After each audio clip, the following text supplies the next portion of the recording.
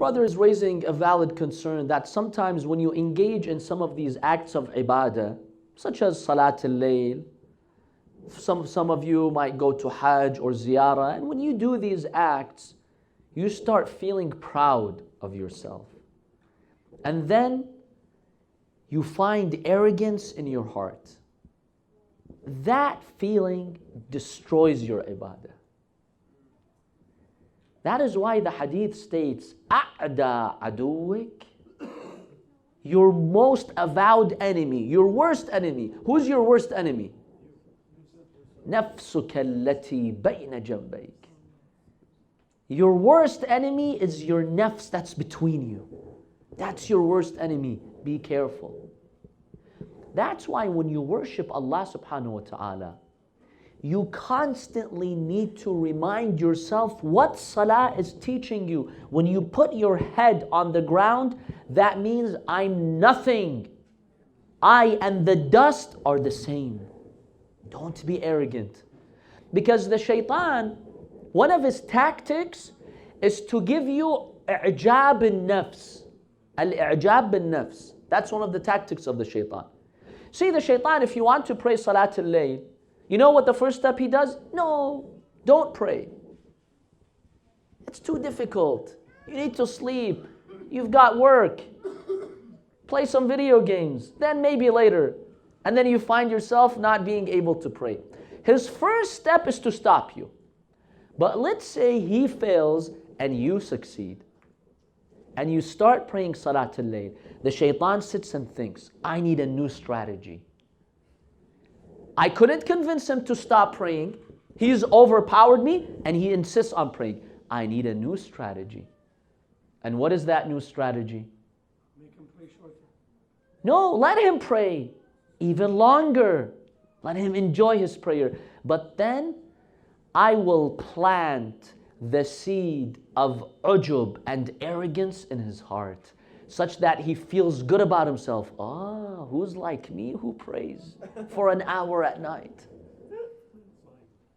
See, we all have small feelings like that. The minute you find a feeling like that in your heart, crush it immediately. Then you will keep it in check.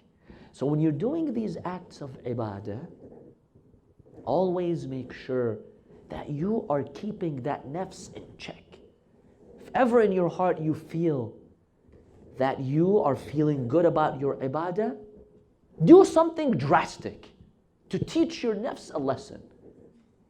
Go humble yourself. No, let me say it more. Go humiliate yourself.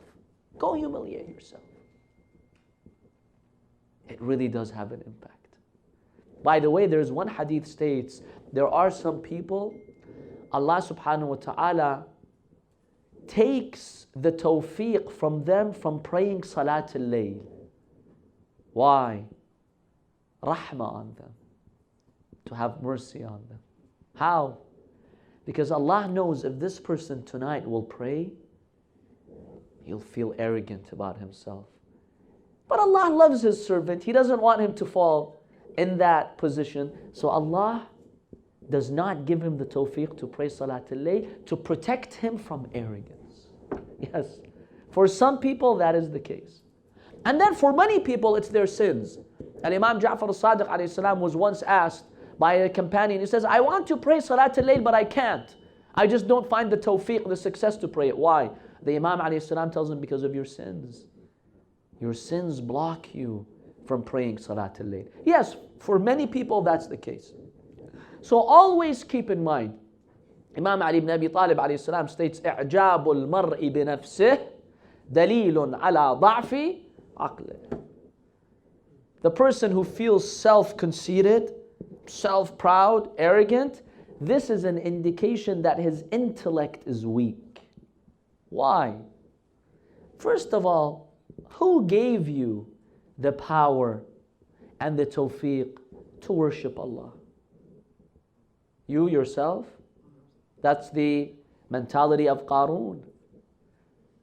When they told him, look, Allah has given you all this wealth, give. What did he say? No, and it's my efforts. I worked hard for it. Don't you hear this mentality? I worked hard for it. What do you mean you worked hard for it? Allah gave it to you. The one who has the intellect, the aql, realizes that whatever he has is from Allah. So why be arrogant? Allah enabled you. Allah gave you the tawfiq. Allah gave you the guidance to know how to worship Him. So why arrogant?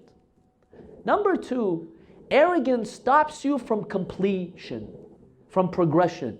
Because when you feel good about your state, are you going to make an effort to do more? No. You feel satisfied with your current state.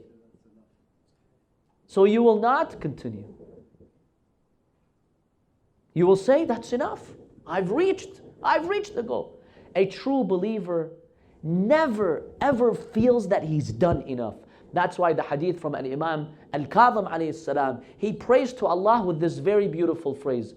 Oh Allah, وَلَا تُخْرِجْنِي مِنَ التَّقْصِيرِ. Oh Allah, never ever make me feel that I've done enough. Always have the feeling of taqseer and shortcomings in my heart. وَلَا تُخْرِجْنِي مِنَ التَّقْصِيرِ.